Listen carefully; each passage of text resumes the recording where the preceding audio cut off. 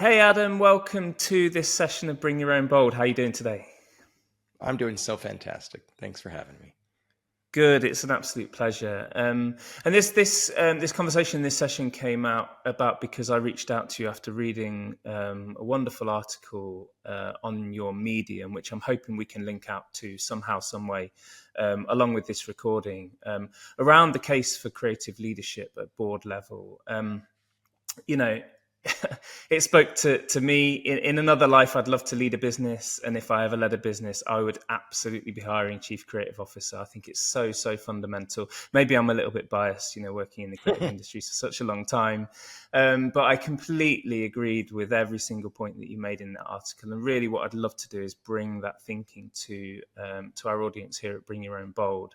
So thank you so much for joining me. And let's just dive straight in. In your opinion, why do we need more creative leaders on company boards?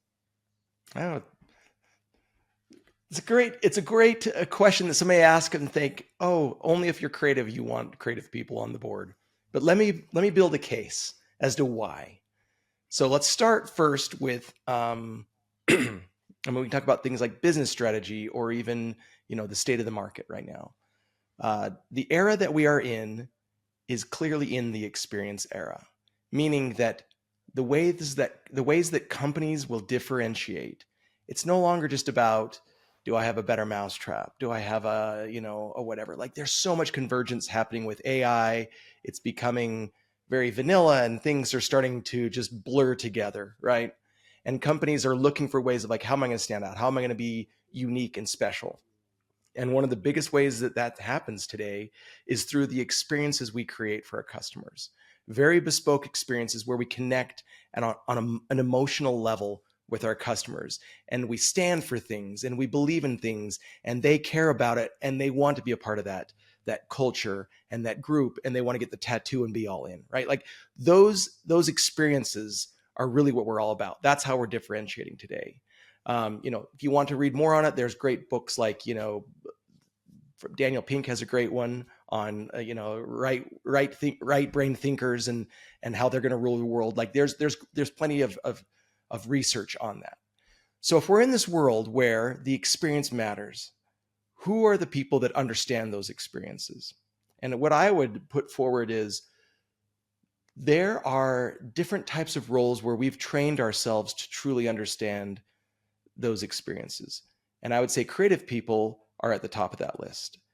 If you think about like my experience of growing up as a creative person in corporate society has been all about understanding humans and how they tick and what emotional connections they have and how do I create moments that you can feel and that you can understand and more and learn and grow versus other roles such as operations or finance or others where it's about training your brain on numbers and statistics and really understanding that aspect of business. So I would say the best people who are best poised to understand the customer, put themselves in their shoes, create moments that connect deeply. It starts with people with a creative background. There are also people in marketing. A lot of people in marketing do similar things, but I'd even say, there's something special about creative. If you get a link to the article, there's so many studies that I have in there. One's like a McKinsey report on why creative leaders matter and why they make a difference. And it's really just a mindset of like prioritizing those experiences. You may get some people in positions of leadership where there's like, the economy goes south and it's like, oh, filth, like it's time, we got to get serious now. No more messing around with the funny creative stuff. We got to get serious business and like go back to either sales tactics, or they're going to go back to very hard, I would say like more of a growth mindset, or sorry, growth marketing, attempt rather than a brand marketing strategy. So all in all, if we want to get to better experiences, we need to prioritize those experiences. And who better to have on the board of directors than someone who lives and breathes and understands that? There's something about being a creative that it's not a choice. We have to do it. We have to make sure that those moments happen. It's just like non-negotiable. Whereas like there are other roles that they're like, again, things go south. It's like, all right, we can put that on the table and we're not going to worry about that for a while. So My argument is if you truly want to differentiate yourself, if you truly want to understand customers, if you want to build those moments, you got to get the right people to have a seat at the table. If you continue to have boards that are just full of, and I'm not dissing on finance and operations, it's critical, it's important. But there are plenty of studies out there saying, like, maybe we shouldn't make the next CEO, our CFO shouldn't be the next CEO. Maybe we should look for people with different types of visions and ways that they can help drive the business in a business strategy way that's going to help connect with customers better. So, and I'm not saying that creative people need to be at the lead of all of that, but they need to be present. They need to be around. They need to help give a voice to those types of experiences so that your business can connect with customers in a better way. I mean, obviously, I completely agree. This isn't going to be one of those sessions where I'm throwing kind of counter arguments at you left, right, and centre. But one counter argument that I could instantly kind of think of is why isn't this happening? If you're right, then why isn't this happening more and more? I think you constantly see the CMO being the voice of the customer, and people are generally fine with that, or so it seems anyway. So, if you are right, why don't most companies take this approach? Well, let's break it down. Let's start with the CMO. When you truly look at, like, there are some CMOs that do have a good take on creativity. They truly believe in it. They understand it. They're champions of it. They understand that emotional connection. But by and large, that's not the norm. If I look a lot of the CMOs that I've worked with, many of them come from data backgrounds. They come from a specific type of marketing. Again, it's more building pipeline and understanding numbers and all that good stuff, which is fantastic and important.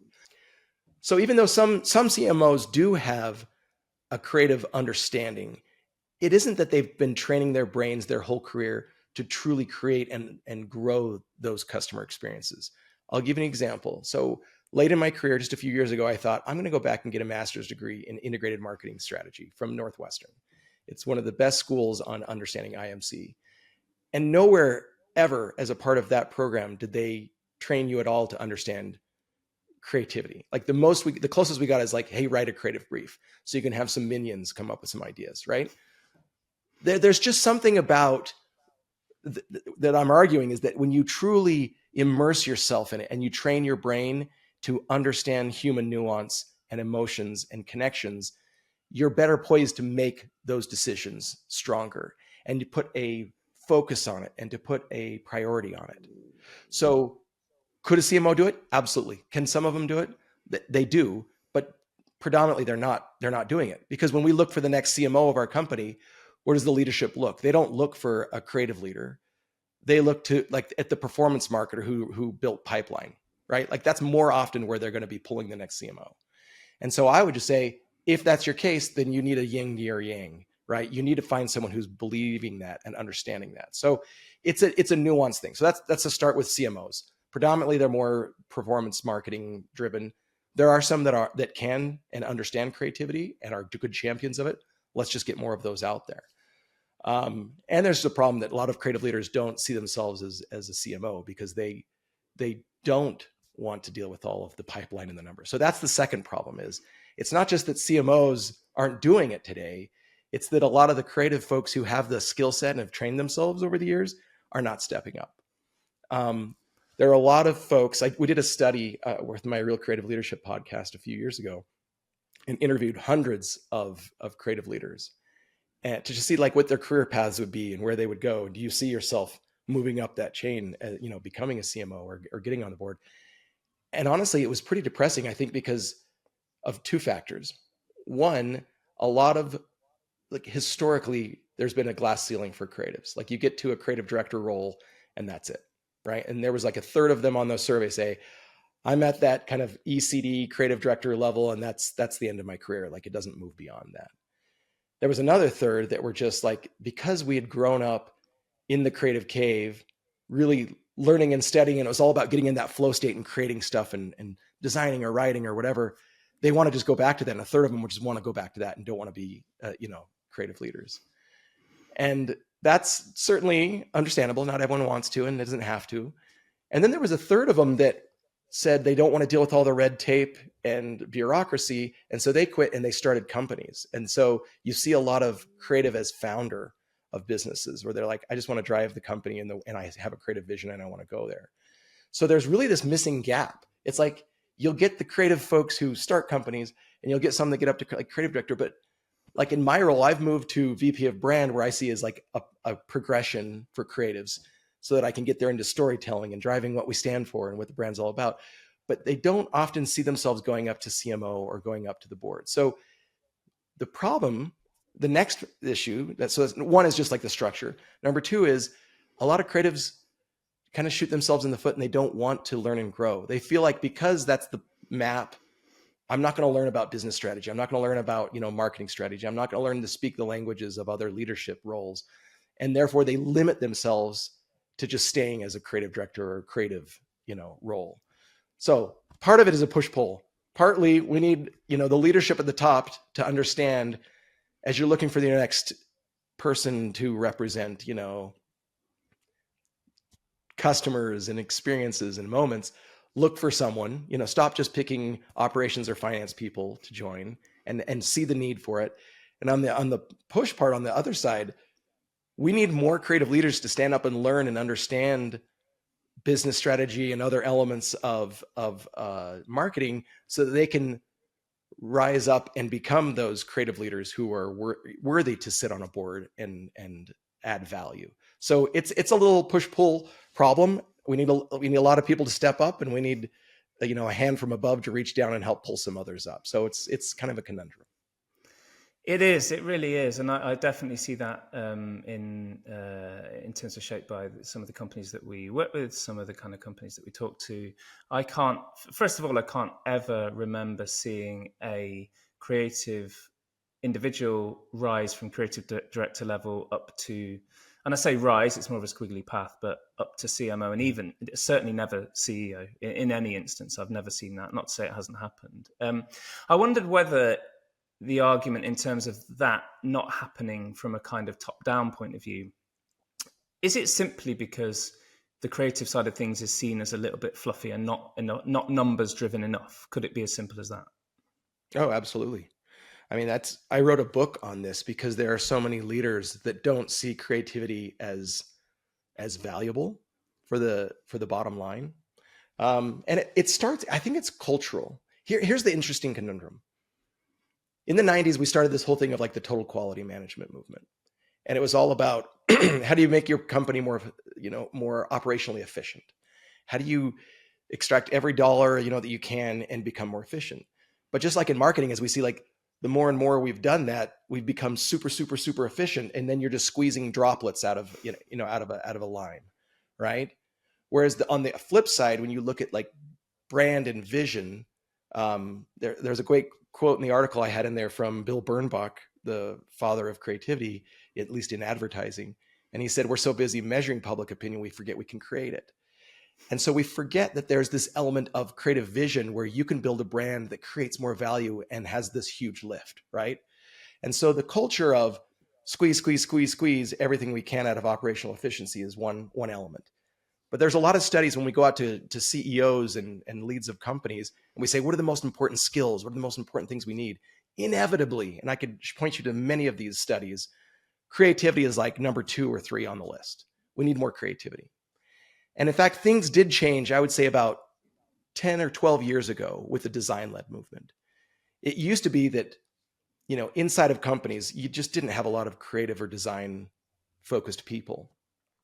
And when the design-led movement happened, it changed it from, instead of creativity, we use the word innovation. And at least for product stuff, you saw a huge sea change where suddenly, boards of directors saw the value of good design. You look at examples like Apple, where they stopped doing just the vanilla, boring things and started adding design and elements to it. And it suddenly made their profits go way up, right? So they saw the value of it. And I saw this movement where there are they gave more of a seat to design within product, which was awesome. It was a good opening a door. So if you look at companies right now, like a chief creative officer is not seen anywhere. Like there's only a couple, maybe Disney or Pixar, they had one, or there's companies like Burberry in design where that's the product. But most companies, they don't have a chief creative officer, but they do have a chief design officer. And they brought in an elevated design to the level where it's like, we see the value of how that hits the bottom line. that was a huge movement. And I think it changed a lot for many people in the creative industry. And so I'm super grateful for that. But now it's like, how do we move past it? Because we got a lot of chief design officers, but that's just around product. How do we see it as like the customer experience? How do we see it as like a different value that's not just around what you're building, but I guess the company that you're building and how you show yourself? So that's where we've seen some progress. There's a lot of chief digital or design officers, but very few chief creative or chief experience officers out there. And that's just all I'm pushing, is like to see the other side of it, that it's no longer about the better mousetrap. Now it's about the better experience. And how do we get that thought process and give that a seat at the table? I think that's the important part. The way I've kind of always looked at it, and I'm sure a lot of creative leads out there would concur with this, I hope anyway, is that, it almost needs a rebrand to chief problem solver, really, because that part of the brain that creative folks have in such abundance that us mere mortals lack, and I'm talking about myself here, not yourself, quite clearly, because obviously you definitely have that background, but us mere mortals tend to lack that side of the brain that really solves problems, but not just solving problems in a simplistic way, but in truly innovative ways. And that's where I think, for me, the value comes in of this type of approach is, these people are master problem solvers. Yes, around design. Yes, around the creative aspect of a brand, so to speak. But in other places as well, they can really, really add value. And some of the best creative leads that I've come across on my travels have really been facilitators across the whole business, solving problems left, right, and centre, whether it's org structure, whether it's the integration of new tools, whether it's cross-functional collaboration. I think that's where they see the value of how they kind of can integrate in businesses. But unfortunately, to your point earlier, they tend to be few and far between because they often lack a certain level of either confidence or ability to kind of upsell themselves into those roles in ways that actually make it happen. So unfortunately, I do think you're right in the sense that the pushing up from the bottom is a massive aspect of that. If that is the case, how do we change that side of things? Because the other thing, the parallel I draw is kind of in years gone by when we've seen, female leaders not necessarily seeing themselves or seeing versions of themselves in leadership roles, people from minority backgrounds, the same thing. We've made progress there, although not as much as we'd like to. Is there a way of making similar progress with this argument for the benefit of businesses overall? Yeah, that's a fair point. Because if we don't see an example of us up there, we don't see other creative leaders up there, we don't see that it's a viable path. As to my research, like they just choose other paths, right?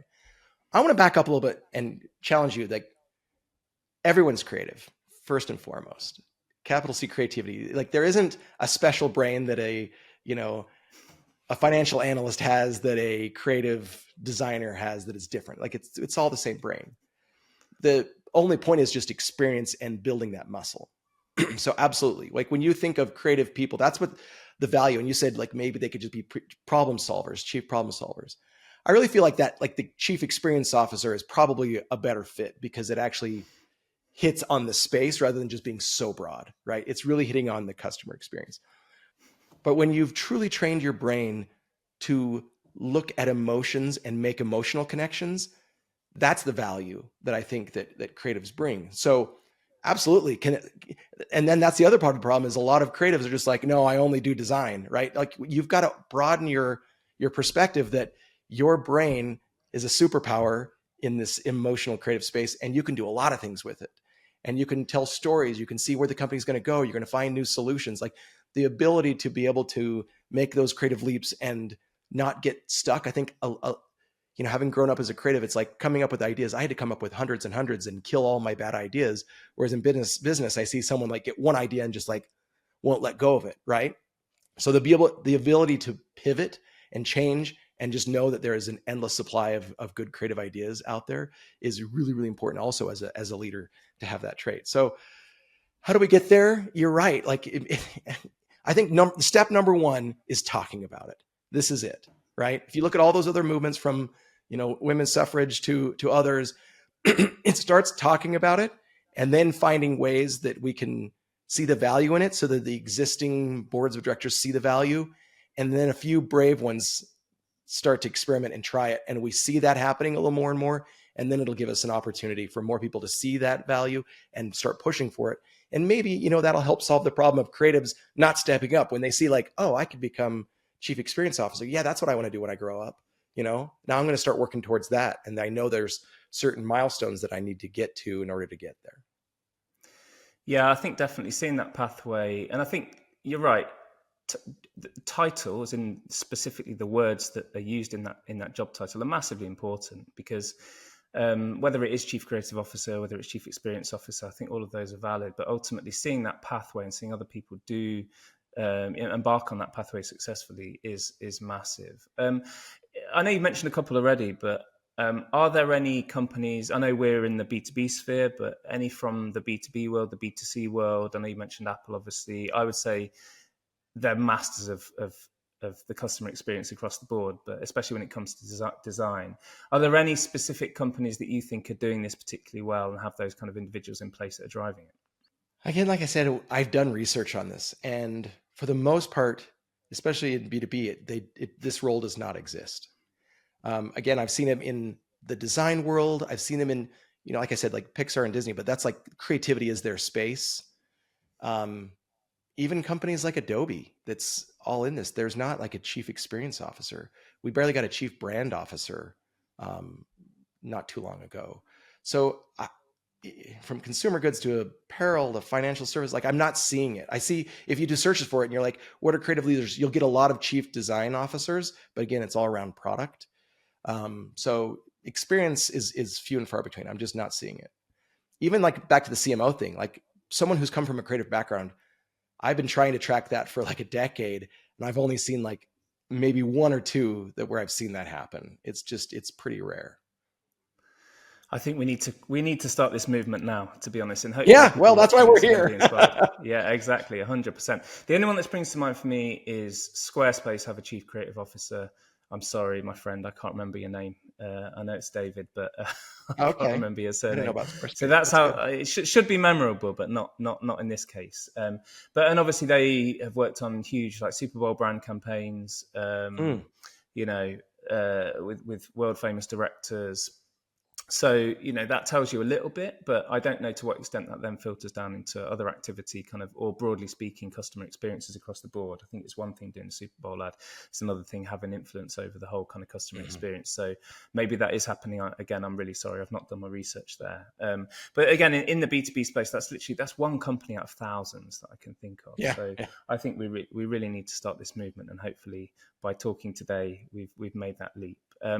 Listen, Adam, thank you so much for joining me on Bring Your Own Bold.